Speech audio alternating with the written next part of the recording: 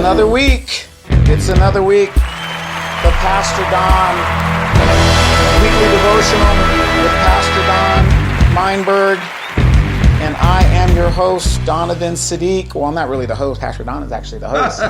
And you're just the one that does all the work. Yeah, I'm doing all the work. Just a quick reminder, we're also videotaping Pastor Don in the studio. So you guys, because we got a lot of people asking us to put up video because a lot of people are visual. Sure. So we're just going to, get Pastor Don and, for those that want to just listen to the radio show, but they want to hear you and your show. And this week you're starting a new series. I am. And it's going to be called it's a parable. I'm going to kind of keep it a mystery a little bit, describe some things to you, and see if the audience can guess what the message series is going to be about. Okay, great. A lot of stuff happening this week in the world. Anything of significance that's going on? We're still working on the app. Yeah. We're going to do that. I'll tell you, Donovan, I'm really excited about the app because I know that it's coming. I know it'll be wonderful for the folks who enjoy the Pastor Don show. So, it's coming. Folks, it's going to be here very, very, very soon. And it'll be so easy for you to download it and enjoy the podcast show and any other things that we're able to do on it. So It'll be fun. Right. And I think it'll be easier, especially for people our age where, we don't have time to go through Facebook, Instagram, all these different social media. So I just want to get to it, download it, and get to the business. I think it's going to be a great thing. We're working on that. Also, the church plant. How's that coming so far? It's going good. Again, the driver of it is the election.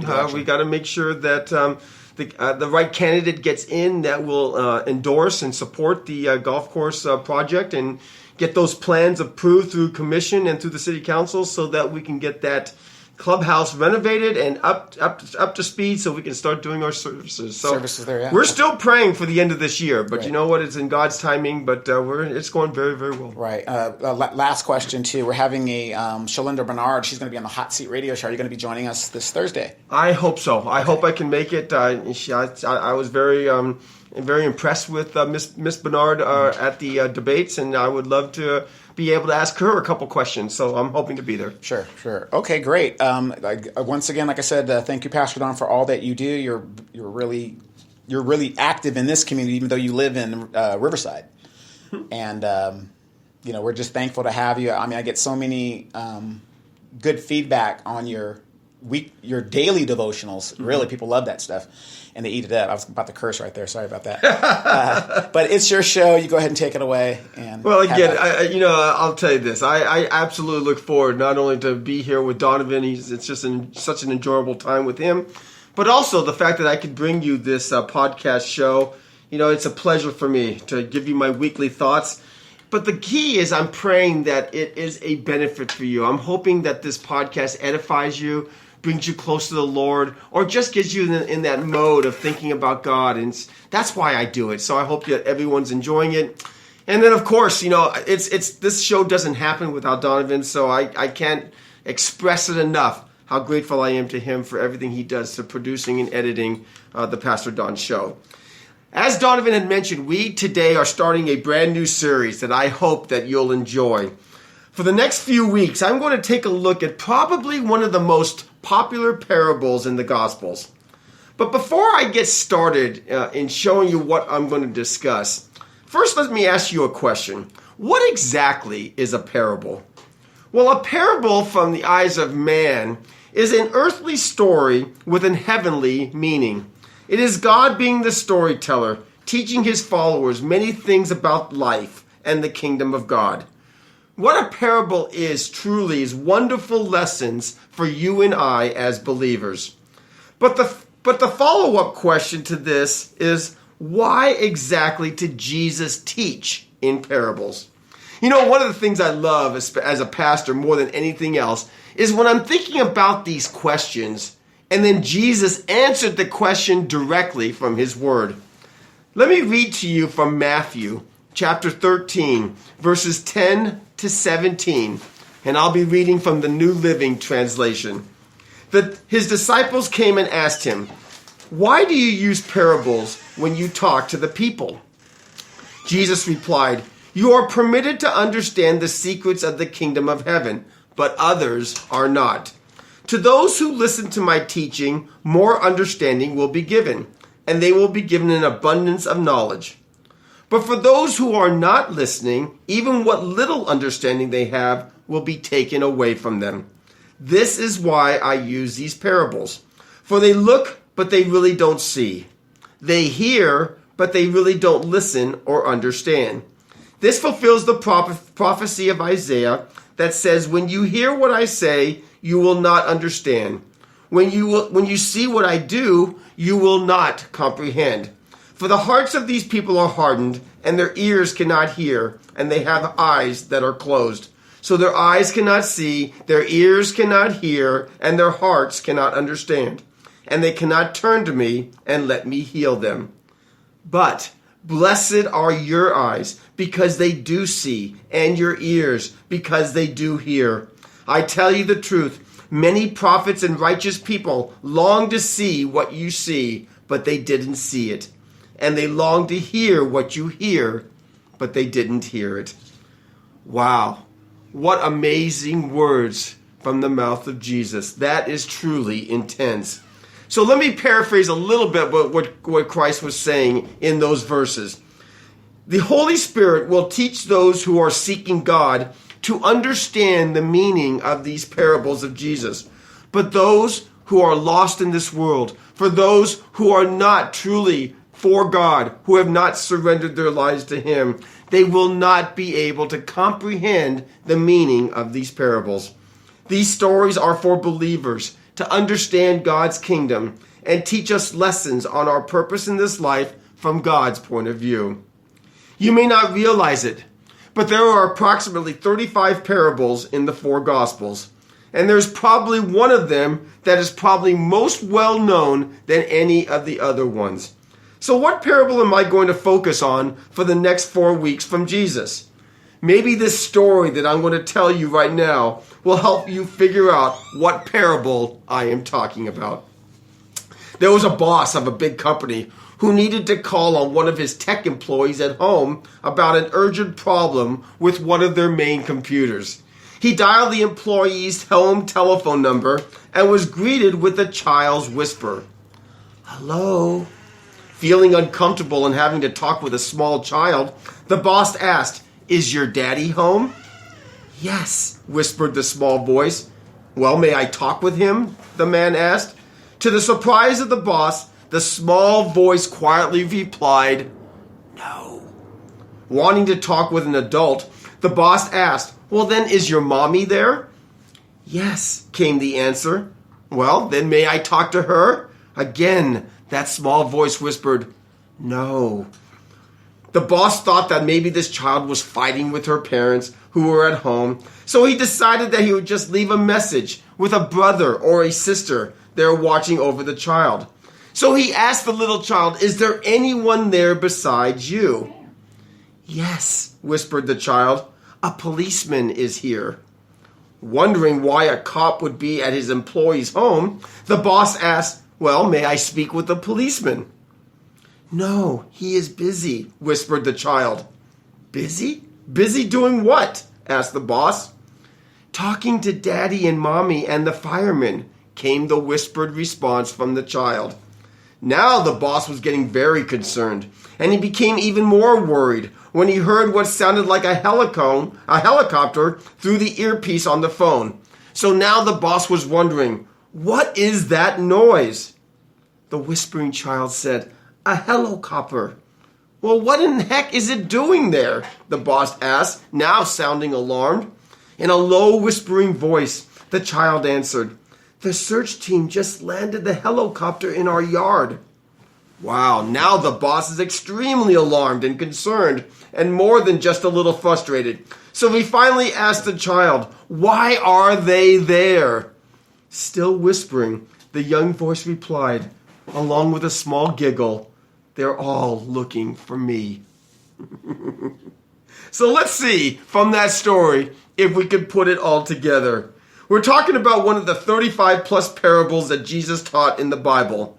Then I mentioned that it's one of the most well-known and most taught parables from Jesus. And finally, now my biggest hint to all of you was about a child who was considered lost by his family. So what parable do you think I'm referring to that I'm going to talk about the next 4 weeks? Well, if you guessed the parable of the prodigal son, also known as the parable of the lost son or the two sons in Luke 15, then you would be correct. Now, most of you have probably heard this story or have read it in the Bible in the past. In essence, it is about a son who asks his father for a share of his inheritance. Then he leaves the house and squanders all of it, all the money, on worldly living and bad choices. He finally comes to his senses and comes back to the father, who throws a big party in his honor. Meanwhile, the eldest son is working in the back. Then he hears all this commotion, finds out there's a party for the younger brother who finally comes home, and gets very angry and frustrated at his father. The parable ends with the father talking lovingly with the eldest son. Now, at first glance, it may seem to you that the parable is pretty self-explanatory to anybody's ears. The youngest son was a spoiled brat who wasted his inheritance and only came back because he ran out of money. Then you may think that the eldest son is the one who got ripped off. He was the hard-working kid who never got anything from his father. And lastly, you might think that the father is just a big fool or just naive in allowing this youngest son back home and then throwing him a big party. And at first glance, that seems reasonable. You might think that you're right. But let me tell you this, folks. Looks can be deceiving. In the next 3 weeks, we're going to take a look in detail to the 3 main characters of this story. First, next week, we will look at the youngest son. Then following that, the eldest son. And finally, the father. And what you may think is your understanding of what God is trying to teach us, you may be a little surprised at second glance. But in order to truly get the meaning of this parable from God's point of view, then we really need to understand who God was speaking to or who his audience was at that time. I'm going to read to you from Luke 15, verses 1 and 2. Luke 15, starting in verse 1. Now the tax collectors and sinners were all gathered around to hear Jesus. But the Pharisees and the teachers of the law muttered, "This man welcomes sinners and eats with him." This is what was said just prior to this parable of the prodigal son. As you can see, there are 2 distinct groups present in the audience at this time of the teaching of this parable. The first group were the Pharisees and the teachers of the law. And by this time, they had become bitter enemies of Jesus for his teachings. The object of these Pharisees was they would be following Jesus around for the sole reason to find fault in anything he said or did in order to condemn him. The reason for this is because Jesus had become very popular with the people, and he was attracting many, many followers, many more than the temple leaders. Now, in the minds and hearts of the Pharisees and the leaders of the temple, they would never consider to associate, let alone eat, with horrible sinners like tax collectors, prostitutes, or even the common man. Pharisees thought that they were way too educated, way too sophisticated, and way too important to be seen with these low-life, common people. Now, the second group of people in the audience that Jesus was speaking to were the sinners that the Pharisees called them.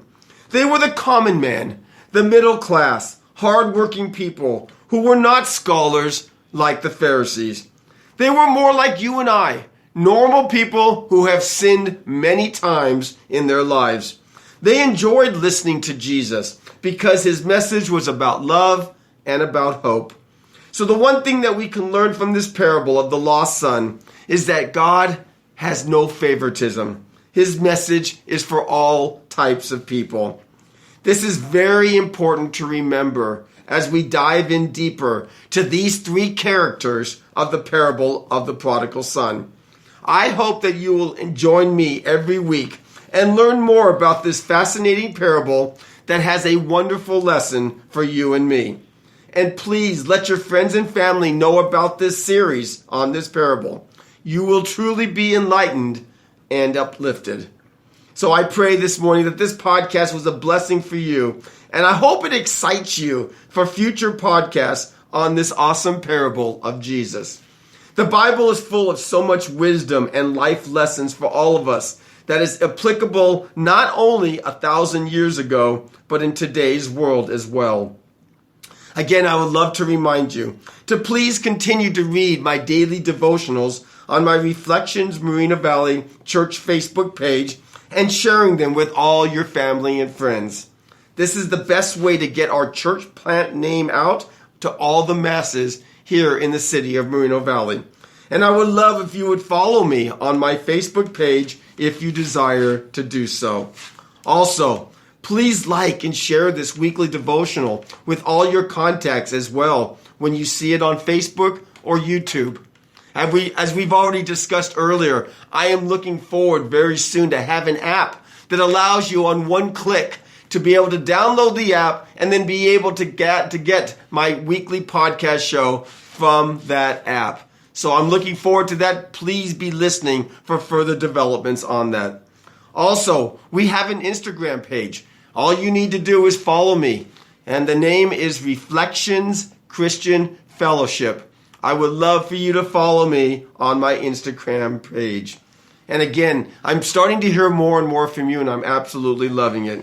If you want to get a hold of me, you can email me at dlarm777@hotmail.com, or you can IM me anytime off of Facebook, or you can leave me a message or text me at 951-522-1749.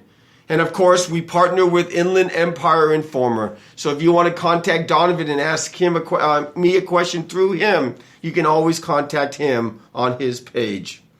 We will learn in the next couple of weeks that there's a little bit of each and every one of us from the characters of the prodigal son, So I appreciate again you listening to my weekly podcast, and I pray that God richly blesses you and your family. All right, well there it is. Great. I think that's going to be a very, very great series because everybody is familiar with the prodigal son and how that goes about. But a question that I have for you, Pastor Don, is why do you think that is so prevalent in? I mean that's a very likable parable for that.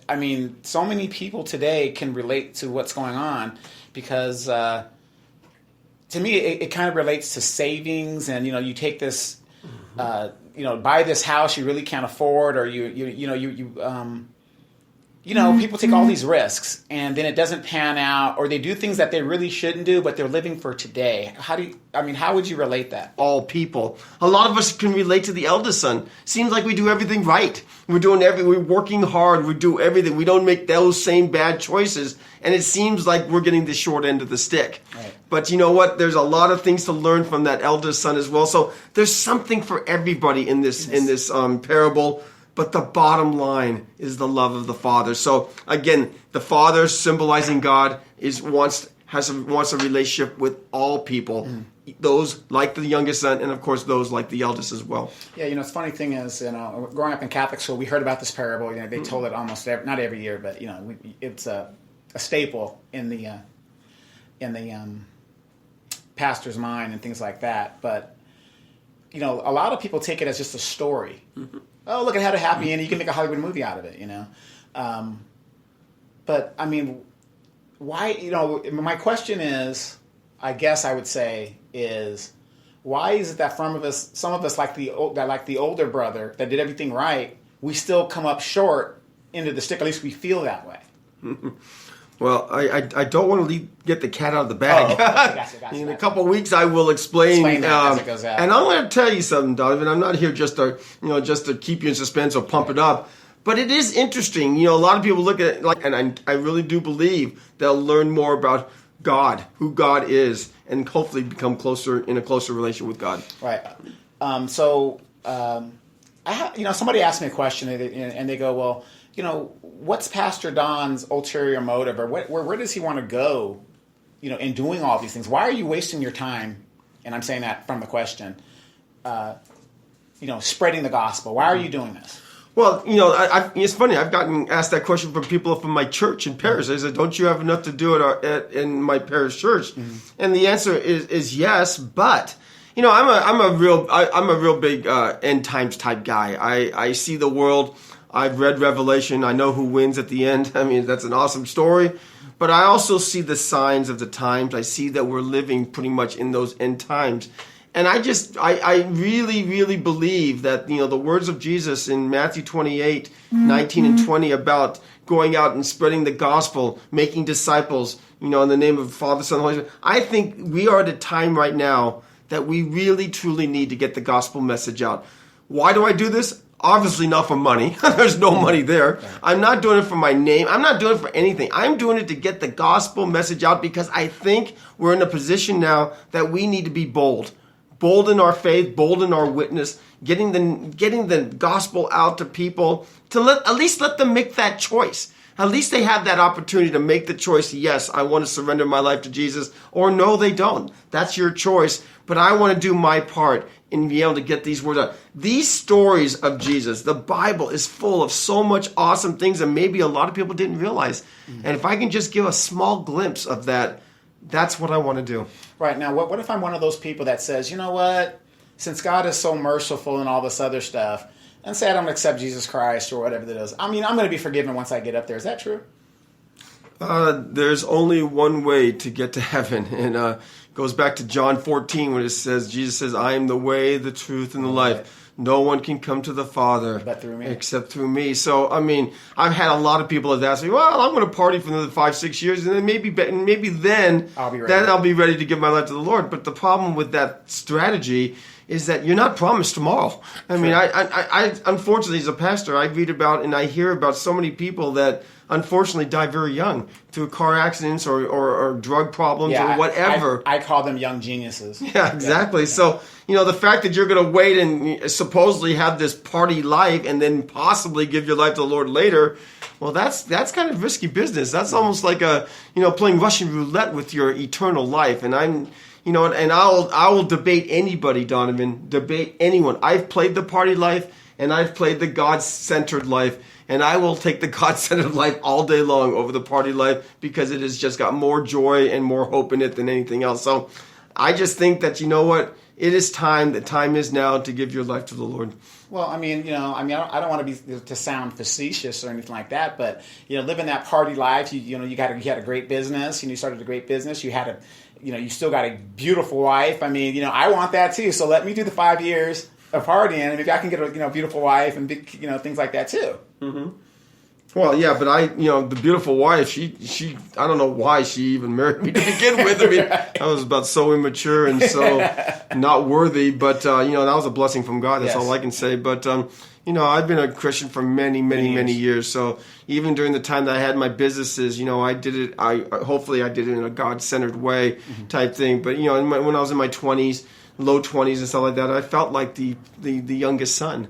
I just wanted the money. Just give me the money. Let me do what I want to do until I realized that, I need to give to God first. And once I got that concept of giving to God first, I'm not going to give a tithing message, but once I got that concept, I just kept getting more blessed and more blessed and more blessed. And my business started to expand. And then I just started living the godly life. And I'll tell you, like I said, that was the life I wanted, and it was really positive. Right. So let me ask you this: as a pastor, and let's take your pastor out of it. As a regular man, a lot of your parables that you're giving, and the stories that you're giving, and the examples that you're giving, would you say that a lot of that is life based on what you've gone through? And experienced? Oh, absolutely. Well, the one that I did on the lost child, that's not the kind of experience. Yeah, but even though it is kind of funny, I once took my son to one of those theme parks, and I did lose him for 3 years. It was 3 years, 3 hours. Yeah, about to say. 3 hours, and that was a frightening experience because, again, I wanted to go on a big ride. He couldn't go, and I told him to stay there.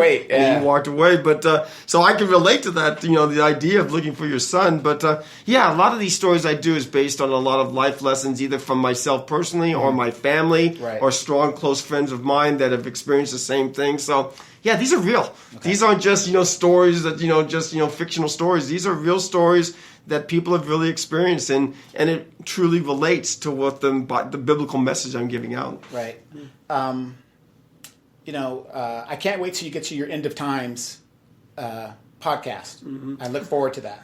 Well, I'll tell you, I can, you know, one of the things that I've been blessed is meeting Donovan. See, the thing from my standpoint is I never dreamed a year ago that I would be doing this. I never thought that there's a chance I'll be having an app that I could get the message of the gospel out, and then planning a church in this beautiful city of Moreno Valley. And then the possibilities of being able to do, you know, even future Bible studies, future teachings on the end times. I'm a big end times guy. I've studied it for 20 years. I really think I have a pretty good understanding of what the Bible teaches on it. And I'll tell you, it is an exciting story. It is not one that you need to be fearful of. It's not something that you have to worry about. It is exciting, not because God's ready to just show his wrath. It's because God is really merciful. And the book of Revelation is about God's mercy. So, yeah, I love the end times. I believe we're in the end times. And I do believe that people need to be educated about what God teaches in regards to this time period. Right. And look at the signs. So when you get this, when you get the app complete and everything like that, we could be able to go on that app, and all your shows are going to be on there moving forward on that app. Because, you know, I just want to make sure, because a lot of people out there are like, well, where do I go to find that? Where do you know? I say, well, you know, there's an app which, for especially people our age, makes it a lot easier. We don't have to go to YouTube and Instagram, and you know, it's kind of hard to find these things when you want the information. So by having an app, it makes it a lot simpler. It does. And so on this app, I won't end up missing anything, and that's Misty the Wonder Cat, you know, because a lot of people might miss it, but by having the app, you're making it accessible and easy to find, so that they will find the information, even if they missed it in the initial one. So they can't say that they can't find the information. It's there. Exactly. And again, my goal for that is to educate the people as best as I possibly can in regards to what God teaches. You know, nobody has all the Bible answers. No one knows everything for sure. But what we do know is what God shows us. And like you just said, Donovan, the seasons. It's all about understanding the times and the seasons and being able to relate that to what God teaches, either in the book of Daniel, in the book of Revelation, in the book of Zechariah. And it's all there for us. We just need to try to depict it and understand it. And that's what I'm going to be trying to do. Right. You know, when I was a kid growing up, everybody went to church on Sundays. Grandma made sure everybody was going. Mom made sure everybody was going. You know, you aren't staying at home. And I'm not saying people aren't getting spiritual nurturement, you know, while they're at home. Because, like, you have apps, you have things you can go to, you can watch it on TV. But why is it that it seems to me that these churches are declining in their fellowship? Because with all that prosperity message preaching and the people that just got decimated. I talked to a person yesterday, and they were like, "Oh, you know, I'm really turned off by church because I did this and I did everything I was supposed to do, but you know, I lost my house, I lost this, but the pastor is still running around in a Mercedes, you know, big old house and whatever, and you know, it seems like God is blessing him, but the pastor is supposed to the shepherd is supposed to take care of the sheep, not the sheep take care of the shepherd. Is that correct?" Yeah. One of the things that I think a lot of churches have gotten away from, that I think is really sad, is that they got away from the mission. And the mission of church is to bring people closer to Christ through the gospel. And sometimes, like you talk about prosperity, you know, preachers, or you talk about these other things that, you know, are more interested in the show, the laser lights, the big show, the big entertainment and all that. And they forgot why they're there. The mission of a pastor, the mission of a church, it's all about Christ, and I think that's the problem. You know, it's funny you said about the grandmothers. You know, it wasn't even an option back in the 60s and 70s, early 80s, right? 80s, you go to church, grandma. If you don't, man, you're going to get whooped. Type thing. That was it. And today it's a lot more apathetic. It's a lot more, very, I don't want to call them lazy, but it's a lot. There's so many more options, so people justify themselves not going to church. And I don't think the problem is the people. I really think the problem is the church is losing their focus on what church is all about, which is all about Jesus. It's all about the gospel message, dying on the cross, worshiping him. That's what church is, and not all the other distractions that I think a lot of churches do. Right. I know your show's not political, but President Donald Trump recently rescinded Executive Order 6 something something that Lyndon Johnson said to keep the churches out of politics. Well, what are your thoughts on that?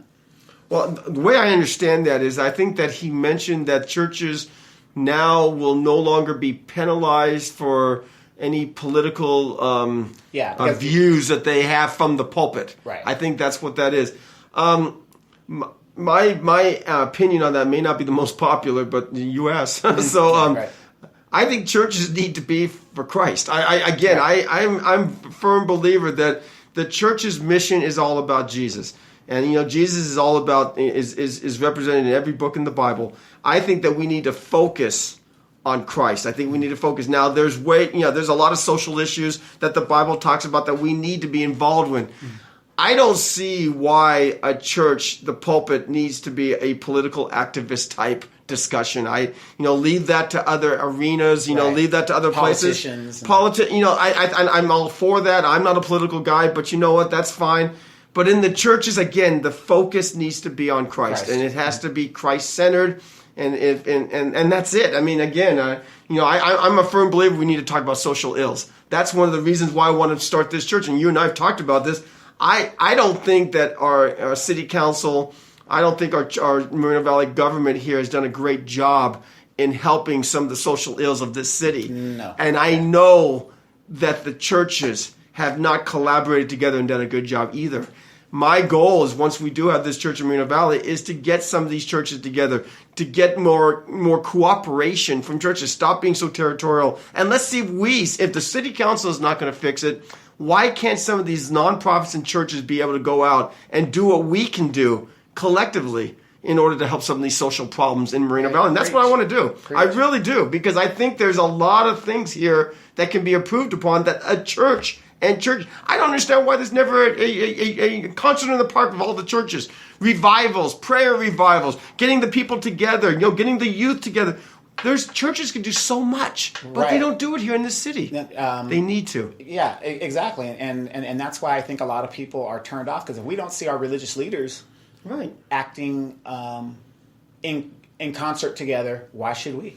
Exactly. And again, I don't know the percentage. I don't know the numbers, Donovan. You might. Go ahead and ask me. I got the numbers. Well, I would love to know the percentage of people in the city of Moreno Valley that would consider themselves churchgoers. I would say maybe 30-40% of the people. Yeah, I would say at least 2/3 of the city. Okay, let's say 60%. Yeah. So if those 60% of people, let's say are Christ-driven people, would actively get involved with some of the ills of this city, imagine what a difference it would make. Oh my gosh, yes. But the problem is, out of that 60, half of those do not go to church in Moreno Valley. They go somewhere else. That is a problem. And that's why I'm a firm believer of the neighborhood community churches like the one we're doing out there in Rancho Balago. I think that we need to support the churches within our cities and our communities. As long as it's Bible-based and it's Christ-centered, I think that we do need to support these local churches, but not only because we want to have big, large, mega churches, because then we can collaborate together and do some work, positive things for the city. Donovan, I'm telling you, as long as God gives me breath, if God allows us to have that church in Rancho Balago, I promise you that's going to be, and you know me. Yes. I promise you that's one of the activities I'm going to do is to get some of these larger churches in Moreno Valley together and figure out ways to help solve some of these social problems. Well, here's one thing that I'm going to say, and I've said this since you started all this stuff. The doors keep opening, and I'm seeing God work all the time. Through you in the community. I have not seen this being done with very many pastors in this church, because like I said, I can't even tell you, as long as I've been in this town for over 40 years. This is my 40th year. And I couldn't even tell you a pastor that I know of that is active in the community. I mean, honestly, off the top of my head, I can't. That needs to change. Yeah, I mean, it needs to change now. It really does. And it's sad, because you would think that you would have a church. This city's about 34 years old or whatever it is, and you would think that we would have at least one lead church that everybody goes, "Wow, that church has been here since the inception of Moreno Valley," or it's been here pre-Moreno. We don't have that, and exactly. You've got so many awesome people going to church who truly love the Lord, who truly want to serve, who want to give, and yet we're not seeing that for the city. We're seeing it maybe for a lot of mission trips or different parts of the world. We're seeing a lot of things that people do, and I'm not knocking that. No, Those not are at awesome all. things. But should you take care of home first? But it's just like what it says in Acts. It says you first start in Jerusalem, then in Judea and Samaria, then all over the world. Right. But you got to start at home. Home first. You can't go worry about what's happening over there. And please, I hope the audience says I'm not knocking missionary work. I've done mission. I think it's awesome. No, it's important, but it is so awesome. But you can't do missionary work if you ain't got a church. You have to start at home. Right. We have some areas here that we could consider missionary work necessary. Edgemont and other third areas. world country. Yeah. It literally is a third world country. Even like Paris. I mean, there's a lot of areas in Paris, the same thing. I don't have a problem going out and going to the Mexicos, the Africa. That's awesome. But how about here? Yeah, well, what about here? So some of these big churches here in Moreno Valley, and I'm not going to single out any particular one, even the ones on Riverside. Yeah, they've got these great missionaries in Africa and Belize and all these great countries and stuff like that, and Ecuador. God bless you. But 5 miles away, right in the little area of Paris and Edgemont, you can do a lot of work right there and still go home at night. Exactly. You can still do missionary work. Exactly. And exactly. We can make this city so much God-centered. That's my goal. Yeah, well, God-centered and lift up some of the problems. The homeless, the youth. So many things that we can be helping. I don't even think it's just the city, the Inland Empire itself. San Bernardino, that's a missionary. Yeah, San Bernardino. All those churches in San Bernardino, and yet look at the city and look at the people over there. They're impoverished. It's just getting worse and worse and worse. The politicians are just out of control with the corruption. That's a good question. Mm-hmm. So for all these pastors that are listening to, you say you don't listen to Pastor Don's show, but you do because you're stealing some of the ideas, which is okay. No, he doesn't mind as long as it's for the good. Yeah, exactly. As long as that's a good question. Why aren't you guys leading the forefront to solve some of these problems? Because it's obvious the city staff and the city people, not in Moreno Valley, not just Moreno Valley, in the Inland Empire, aren't doing it. Exactly. So again, that's one of my primary goals. That's why I got involved with the Boys and Girls Club. That's why I wanted to get involved with the homeless over at the base, with the JPA and the U.S. Vets. That's why I want to get involved with different other or nonprofit organizations that we've been giving out so many blankets and stuff to these different youth organizations. We're not doing this just because we want to get our name out. We're doing this because the city needs it. Right. But you're only one person. Can you imagine if you had 10, 15 churches doing the same thing, all for the same common goal of this city? Well, you'll have more power than you imagine. Right. Well, I have an idea, Pastor Don. Why don't we get these pastors together and have a pastor summit? Because who's that pimp pastor that's with Donald Trump? That one black guy, he was he was the advocate for Donald Trump, and he was a pimp pastor out of Chicago. Yeah, I remember that. I remember. And he just lost his home. Talking about, that's fake lawsuit. He's getting sued by the guy he didn't pay. He was using the tithing to pay the mansion off weekly. Yeah. This is another reason why people get turned off by church. But then again, you have people like yourself who are making a difference. Because you don't live in a mansion. I mean, close to it. No, I'm joking. Nice. But I did get that house when I was a businessman. Yes, I've been in my house for 17 years. Right, so. exactly. So you worked hard for that. Yeah. But, why don't you guys get together and have a summit? And, and I don't hear nobody calling for that. And the question I've been asked by that, because I've talked to a few pastors, is how do we get started? Well, the way you start is the way you start. Well, not only that, but the way you start is the way you start anything. What do you start when you want to do something big for God? What's the first thing you always do? You pray. Pray. Why can't we get a bunch of pastors and people and let's just pray? Well, let's just say, what can we do? Let's pray and let's see what God can do through us. We get pastors and elders and leaders and people and just pray. And then let's pray over the city and see, hey, let's take it one step at a time, but let's start in prayer. Right. That's what I would do first. With the turmoil that's going on in this particular city in the Inland Empire, to me it reminds me of, like I said, the end days. It is. And, I mean, the people are so impoverished and there's no jobs, there's no hope. And when we see the pastors just, you got a church in this city, but you live in a nicer city. It's just, what kind of message is that? Jesus stayed among the people. He did. I just don't get that, but I really hope that you guys can pull that together. And how do you start other than praying? Just what we did doing that debate. You put a little meeting thing out, and you advertise it on Facebook. Hey, meet us over here at this time, this thing. It's a start. It's a start. It's a start. Right now, we're not doing a whole lot, so just making that first move is a start. Right. And I there's power in people, but I think there's even more power in gospel. And if we do it all for the glory of God, and God gets all the glory, there's so much we can do for this city. I mean, I am a firm believer of that. I believe if the churches could get together, instead of worrying about how much they're going to get paid for appearances, you guys can solve the homeless problem. No question. I think we can solve a lot of the issues because I know a lot of churches have got awesome youth groups. Mm-hmm. Well, let's get those youth to these other youth that maybe are struggling. Let's do some mentoring. Let's do some other things that we can build up this community. There's so much you can do. Right. And there's a lot of awesome people in this city and in this Inland Empire. The only thing that I worry about is you have these pastors out here who will take developer money and pitch a program. Oh yeah, warehousing is great. It's this. I know it's not political, but this is what was happening, which really put a bad stigma on pastors in the church. Why would you want God's children to work in a warehouse that's going to be automated? So this is even something a long-term type deal, and these guys were being literally paid by the developer to make an appearance, to which we had to put a stop to it by calling the IRS in, and then you didn't hear the pastors. No more, and you haven't. And matter of fact, you haven't seen them since. Yeah. So, see, those things are the tough. Those are the hurdles that you have to get over. But like I said, there's a lot of people out there who feel identical to how I feel in regards to not only you said it right, Donovan. Not only Moreno Valley, the Inland Empire, because San Bernardino in Innovation, give us the wisdom, give us the ways of you, Lord, in order to go forward and be able to be a blessing for you. We love you, Lord, in the name of Jesus. Amen.